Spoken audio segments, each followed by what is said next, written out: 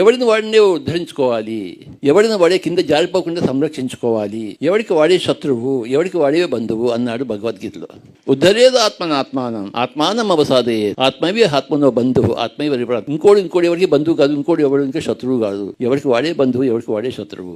మన పనికిరాని పనులన్నీ మానేసి పనికొచ్చే పనులు చేస్తే మనం గొప్ప ప్రాణమిత్రులం. పనికిరాని పనులన్నీ చేస్తుంటే నీకు నువ్వే శత్రువు. నీ పనికిరాని పనులను నువ్వు త్యాగం చేయాలి. అప్పుడు పనికొచ్చే పనులన్నీ చేస్తావు, ట్రెక్కింగ్లు చేస్తావు, ధ్యానమాచక్రాలు చేస్తావు, ఆశ్రమాలు పెడతావు. ఆశ్రమాలు చూసుకుంటారు మేడం, మీరు ఆశ్రమాల్లో చూసుకోవాలి, బాగా చూసుకోవాలి. మీరు చూసుకోవచ్చు, ఇంకెవరు చూసుకుంటారు? మనం చేయకపోతే ధ్యానమాచక్రాలు ఇంకెవరు చేస్తారండి బాబు? మనం ధ్యానం చెప్పకపోతే ప్రపంచానికి ఇంకెవరు చెప్తారు? ఇది మన కర్మ, మన డ్యూటీ, మన బాగు కోసం మనం చేసుకుంటున్నాం. మనం చేయగలిగినదే చేస్తున్నాం. చేయగలిగిన వాడు చేయాలి కదా. మనం ఏది చేయగలమో అది చేసి తీరాల్సిందే. రెండు కాళ్ళు ఉన్నాయి కదా, కొండ ఎక్కగలం కదా. రెండు కాళ్ళు లేనివాడు కొండ ఎక్కలేడు, అది వేరే మాట. కానీ నీకు రెండు కాళ్ళు ఉన్నాయి, నువ్వు ఉపయోగించుకోవడం లేదు. కొండలు ఎక్కగలవు, ఎక్కడం లేదు, నిద్రపోతున్నావు, పడుకుని. రెండు చేతులు ఉన్నాయి, ఎంతైనా పని చేసుకోవచ్చు. నోరు ఉంది, ఎంతైనా బోధించవచ్చు అందరికి. మన నోరు ఉంది కదా, 1,00,000 మందికి మనం ధ్యానం చెప్పవచ్చు. కానీ ఎందుకు చెప్పలేకపోతే? చేయగలిగే ఉండి చేయకుండా ఉంటే అది వేస్ట్. నేనేది చేయగలను అది నేను చేసే తీరుతాను. నేను ఏది చేయలేను దాని గురించి ఆలోచించాను.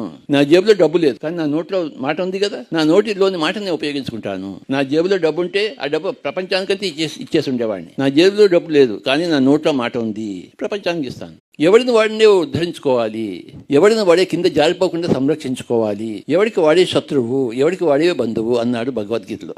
ఉద్ధరేది ఆత్మానం అవసాదే ఆత్మవి ఆత్మనో బంధువు ఆత్మైవ. ఇంకోటి ఎవరికి బంధువు కాదు, ఇంకోటి ఎవరికి శత్రువు కాదు. ఎవరికి వాడే బంధువు, ఎవరికి వాడే శత్రువు.